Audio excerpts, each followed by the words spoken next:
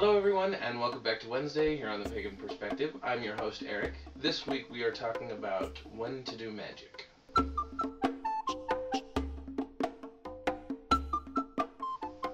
So we have two specific questions today. I'll just go ahead and read them out of my notes real quick. The first one is from Gelfling Faye Suzanne.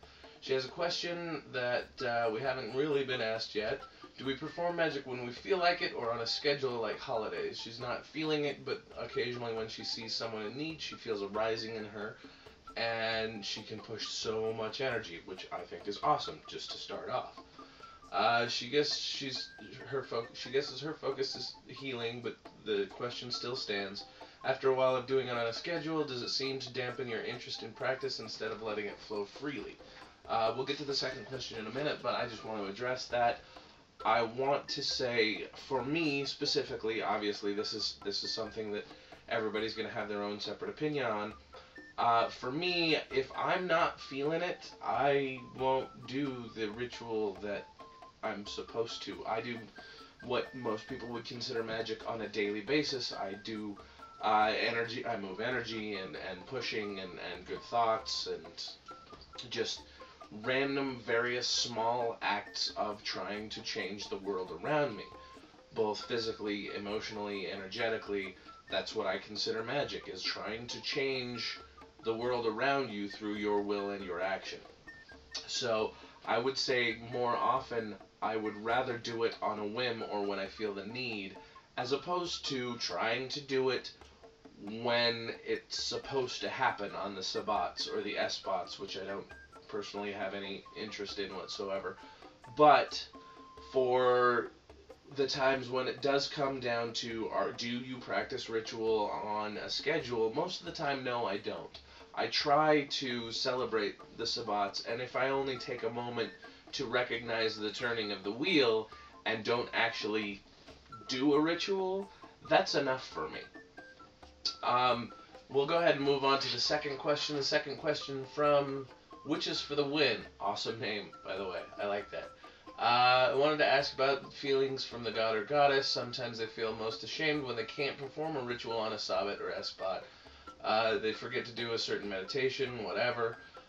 Should they feel embarrassed? Okay. Should the Lord and the Lady be upset with them? How could they make up the lost practice? Well, I have to say that I don't think that the gods are going to be upset with you because you don't get to it in time, or that you don't do what most people would consider the appropriate ritual on that sabbat, or the meditation that you were supposed to do. If you didn't get to it, just make time for it later and don't feel bad that it didn't get done on time. It's one of those things where, especially with a lot of the people who are solitaries and out there just trying to do it for themselves, there isn't really a set schedule. I know everybody tries to go through their year in a day and their initiation periods and their desire to get things in a set amount of time and in a set sequence, and really unless that's going to help you, there's no reason to stress about it. Well, honestly, there's no reason to stress about it even if it does help you. You just kind of get back to it when you can. I mean, I realize that spirituality is very important in everyone's life who has it, but it is not the most important thing of life all the time. That may make me sound like kind of a hypocrite to some of the things that I've said in the past, but really, it's not one of those things that should run your life. It should be the other way around.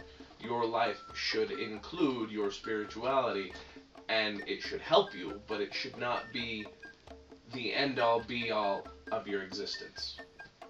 Anyhow, these are my thoughts. If anybody has any comments, questions, or concerns, feel free to post them in the comment section below. Thanks for watching, everybody, and Happy New Year for those of you who haven't seen any of my other videos so far. But, again, thanks for watching, and of course, until next time, Odin be with you.